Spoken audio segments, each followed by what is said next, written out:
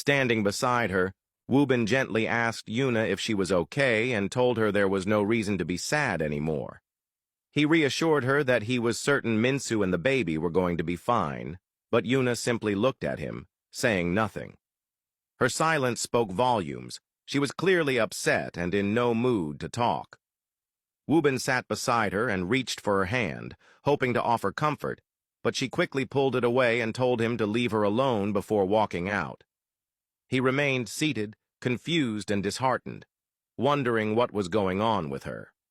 He had genuinely believed that seeing him again and knowing that Minsu and the baby were safe would bring her joy. Unable to sit still with the unanswered tension lingering in the air, he decided to follow her outside. Yunna stood alone, her back turned, lost in her thoughts. As Wubin approached and stood in front of her, he asked what was going on. She continued her silence, staring past him as if he weren't there. Concerned, he asked if he had done something wrong. Breaking her silence, Yunna finally looked at him and told him to go back inside and wait for his new girlfriend, asking him to stop talking to her altogether. Wubin let out a small, incredulous laugh, clearly baffled by what she had said. He explained that Dr. Anna was a good friend, and that he had brought her all the way there to help save Minsu and the baby. Without her, their lives would still be at risk. He couldn't understand where Yunna had gotten such wild assumptions. But Yunna didn't back down. She pointed out that he had held hands with Dr. Anna in front of her and walked away with her as if she didn't exist. He hadn't even introduced them.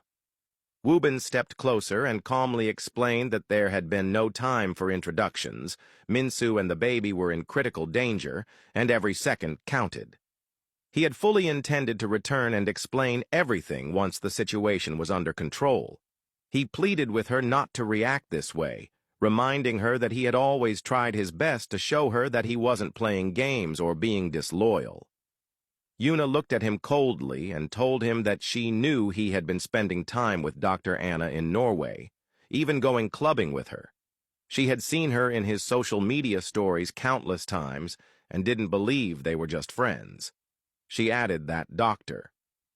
Anna was stunning, likely older and more mature, and fit perfectly into his usual type. She even accused him of changing his hair color to match hers. Wubin, unable to hold back a laugh, responded that everything she had said came from her own insecurities, not from anything he had done or said. He reminded her that he had never called her immature or told her she wasn't his type. In fact, even when he was in Norway, he made an effort to stay connected, always being transparent with her. But before he could finish, Yunna cut him off. She told him to leave her alone and made it clear she didn't want to talk to him anymore. Growing more concerned, Wubin asked if she was serious.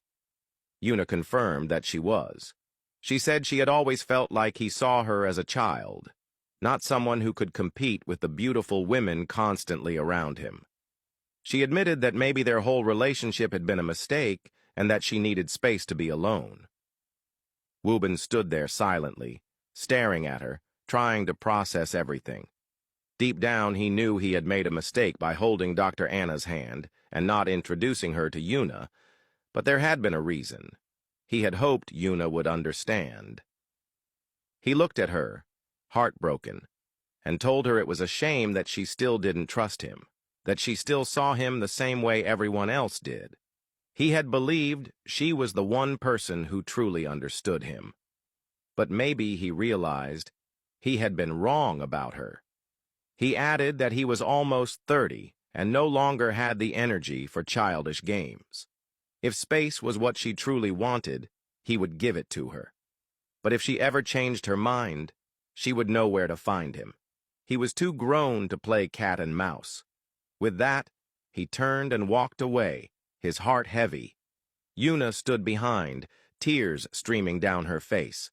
What was supposed to be a joyful reunion between them had turned into a bitter and painful parting. Deep inside, she knew she should have trusted him, should have believed in what he was telling her. But in that moment, she felt inadequate, plagued by self-doubt.